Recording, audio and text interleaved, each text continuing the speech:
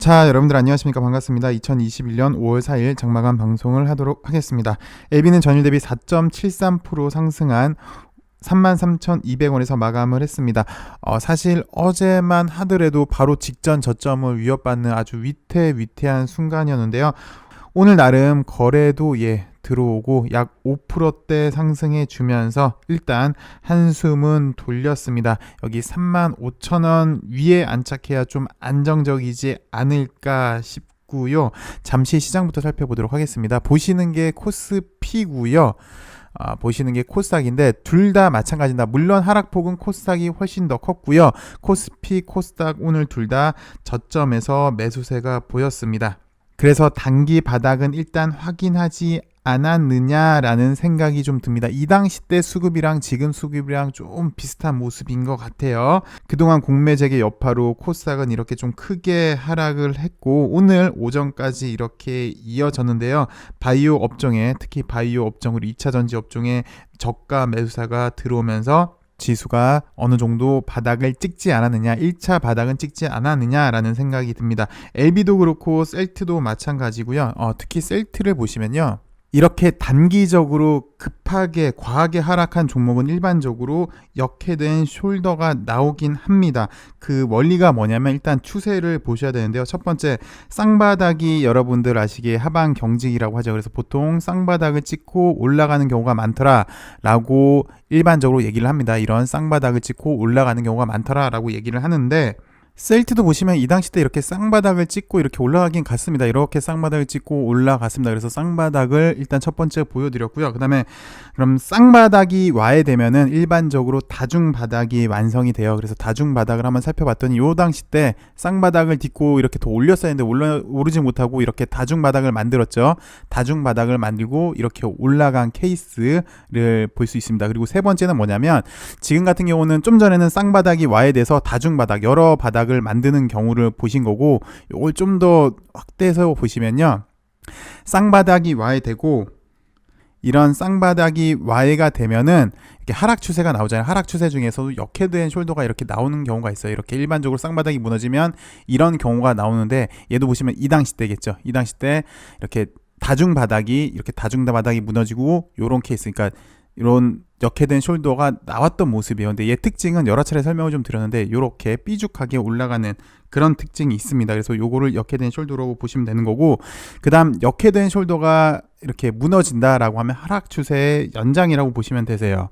얘도 보시면 이렇게 역해된 숄더가 나와줬었는데 역해된 숄더가 와야 되니까 이렇게 하락 추세로 간 거였거든요. 이렇게 쭉 하락 추세로 간 거였거든요. 그 이후에 이제 추세 반전이 필요했던 거죠. 이것도 설명을 드렸지만 첫 번째 양봉 이후에 두 번째 양봉 성공한 다음에 추세 반전이 이렇게 일어난 경우였습니다. 그래서 크게 보시면 추세로 보시면 돼요. 대표적인 게 SKC도 이런 게 많이 나오더라고요. 보니까 최근만 놓고 보면 이때 아마 배임이 걸렸었나요? SKC 배임이 걸리고 급하락을 한 다음에 그 다음에 정지를 먹었어요. 그래서 요거를 갖다 붙이면 급한 다음에 급하게 나온 다음에 이렇게 뾰족하게 올라가는, 그리고 한번 쉬었다 이렇게 재차 올리는 요런 요캐드가 나왔죠. 이 당시 때도 마찬가지예요. 급하게 하락하니까 이렇게 뾰족하게 대신 한 번 이렇게 V자로 못 올리고 역헤드가 나왔던 모습. 그 다음에 뭐 이 당시 때 보니까 아까 셀트도 마찬가지로 다중바닥이 와해가 되고 얘도 역헤드가 와야 되니까 하락 추세가 이어졌잖아요. 그리고 얘는 좀 더 기간 조정을 이렇게 해줬죠. 그리고 요걸로써 하방 추세를 끊고 재차 이제 상방으로 갈 수 있었던 그런 모습. 일반적으로 추세만 놓고 보시면 하락 추세 때는 그렇게 얘기를 합니다. 기본적으로 좀 아시면 좋을 것 같고요. 그래서 LB도 나름 이렇게 뾰족하게 이렇게 역헤드가 이렇게 나와줬음 좋지 않을까라고 생각이 듭니다. 뭐 요 위에서 이렇게 며칠 이렇게 또 샛별 정도로 나오고 쉬었다가 한 단계 위에 업돼서 여기서 또 자리 만들고, 그러니까 이렇게 돼서 한번 빵 쳐주길 한번 기대를 해 보는데, 이제 뭐 잘 아시겠지만 그거야 이제 그림 그리는 사람의 의도에 따라 결정되지 않겠습니까? 그리고 향후 일정에 따라서도 달라질 수 있는 거고요. 그보다 제일 우선이 일단 LB한테 요구하는 건 가시적인 성과가 되겠죠. 그래서 그 가시적인 성과가 나온 이후에 기술적 분석도 의미가 있을 걸로 보여집니다. 그나마 오늘 그래도 회사에서 최근 공매도로 힘든 상황인데 그리고 오늘 또 나름 시장이 반등해줄 때 타이밍 좋게 호재 소식을 보내줬습니다. 간만에 VI도 걸리고 10%대까지 상승을 했었죠. 나름 주가 방어 의지가 있어 보여서 상당히 좀 좋았는데요. 살짝 아쉽긴 하지만 그래도 LB는 살아있다라는 걸 보여준 그런 걸 느낀 하루이지 않았나 싶습니다. 어쨌든 LB의 본연 문제점인 가시적인 성과를 해결해 주길 간절히 바라겠습니다. 그리고 공매도가 시작됐습니다. 그래서 공매 표적 1호는 잘 아시다시피 바이오겠죠. 특히 성장성만 좋은 LB는 현재 가시적인 성과가 없기 때문에 더욱 그러하죠. 그래서 우리들의 선량한 감시 의무도 좀 해야 하지 않을까. 왜 그러냐면 LB는 올라가면 올라갈수록 계속 공매도 영향을 안 받을래야 안 받을 수가 없어요. 그래서 우리도 선량한 감시 의무를 계속 해야 하지 않을까 싶은데 오늘 주가행에서도 이런 뉴스를 보여줬습니다. 공매도 재개 후 곳곳에서 업틱률 위반 정황이 보인다. 감독 시스템에 구멍이 너무 많더라. 정말 우리 개인 투자들이 계속해서 바라는 건데 최저가의 물량을 던지고 실트리온, 삼형제 동시 매도 폭탄. 좀 이따 뉴스 기사를 보시면 아시겠지만 LB 역시 마찬가지였습니다. 그래서 감시의 눈 피해서 외국계 창구로 공매도를 하고 있다. 시세 조정 의혹도 있는 거고요. 업틱률 예외 조항이 너무 많아서 무용지물이다. 거래소 관리 감독도 소홀하다라는 얘기인데 LB도 최저가에 2만 주를 매도했습니다. 이게 정상적이진 않겠죠. 왜냐하면 상식적으로 글쎄요. 고가에서 대량 매도를 하겠지 저가에서 대량 매도는 안 하지 않을까요? 저가에서 대량 매도하겠다는 건 투매를 유도하겠다는 의미인데 그러진 않을 것 같고 이렇게 보시면 최저가에서도 이만큼의 물량을 이렇게 때렸어요. 그래서 많이 의심이 됩니다. 그리고 계속 읽어보시면 이렇게 관리 감독에도 이렇게 허점이 많이 있더라. 이렇게 예외 조항을 줄인다고 약속을 했는데도 불구하고 이렇게 있고 여전히 개미들의 불신이 높아지고 있다라는 얘기인데 이렇게 말씀드린 이유가 LB는 글쎄 좀 전에도 설명을 드렸지만 기술적 분석이 지금 무슨 큰 의미가 있겠습니까?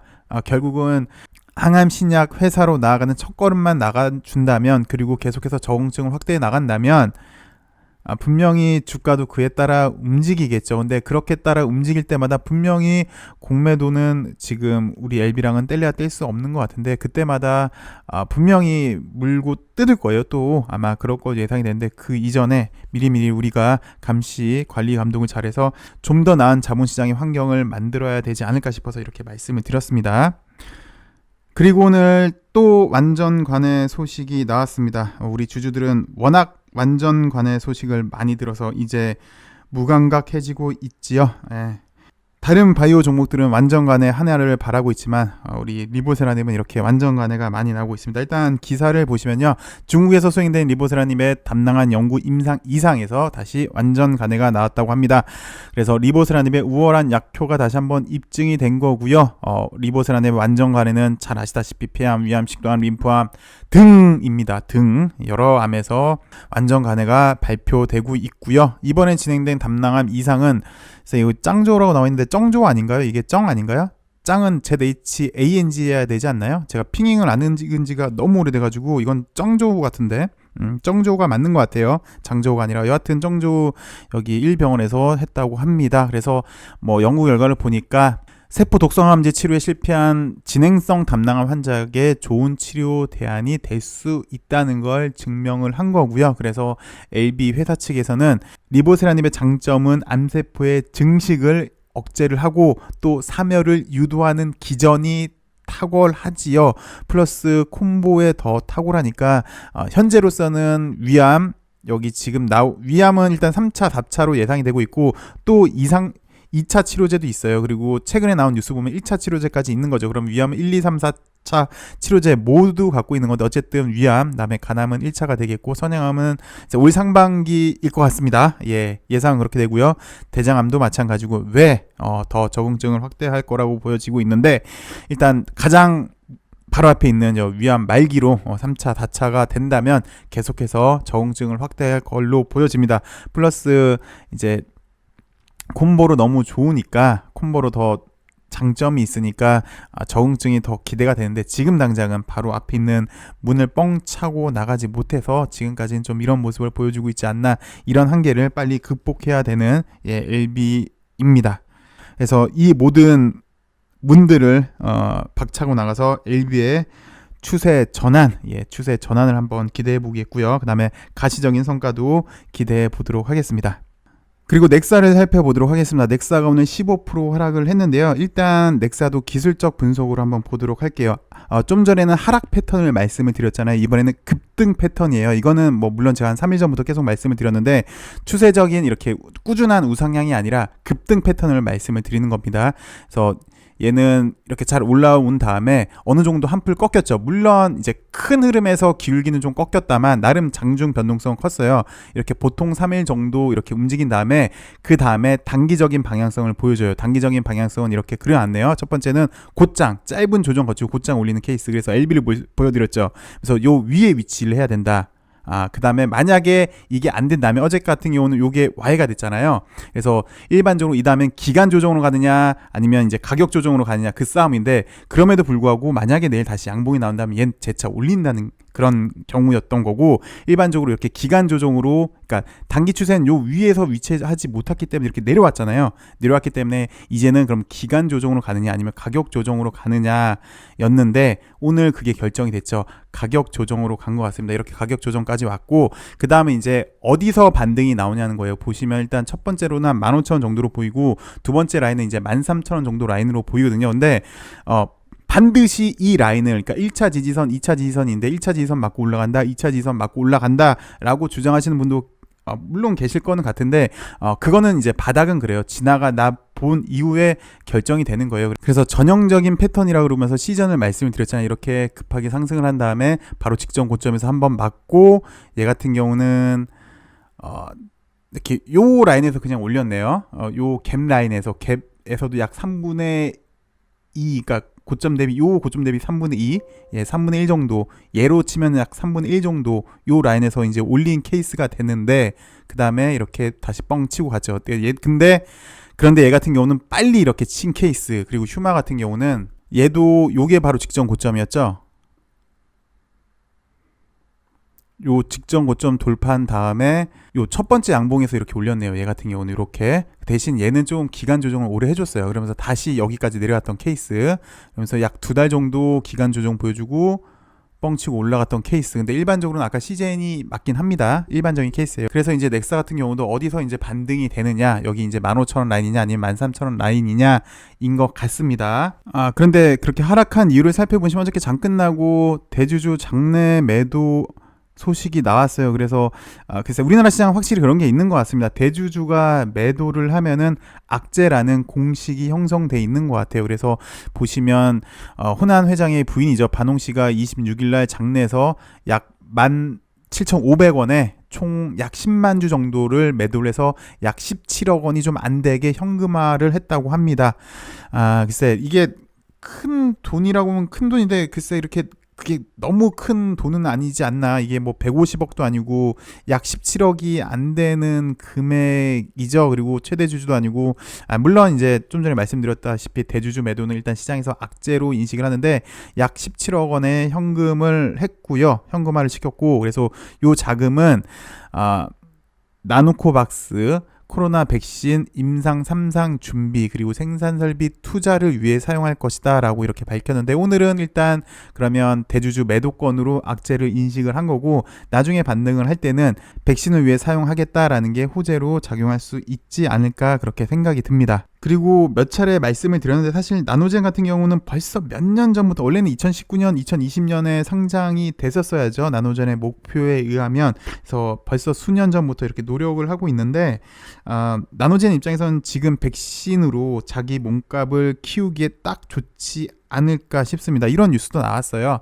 최근 스푸트니크로 최고의 상한가를 달리고 있는 회사가 있겠죠. 한국코러스인데, 한국코러스가 이제 IPO 상장을 위한 준비 단계에 들어갔습니다. 그러니까 한국코러스도 러시아 백신으로 자기 몸값을 제대로 올린 다음에 이제 주관사를 정했는데, 글쎄요, 나노젠도 이번 백신 기회가 자기 회사 몸값 키우는데 좋은 기회이지 않을까라고 생각이 듭니다. 네, 오늘 방송 여기까지 하도록 하겠고요. 시청해주셔서 감사하고요. 내일 어린이날입니다. 행복한 어린이날 되시고 우리 아버님들, 어머님들 내일 우리 애들을 위해서 힘차게 하루 잘 놀아주시고요. 저도 잘 놀아줄 겁니다. 모두 화이팅 하시고 더 좋은 소식으로 여러분들 목요일날 찾아뵙음 합니다. 시청해주셔서 감사합니다. 행복한 연휴 보내시길 바라겠습니다. 감사합니다.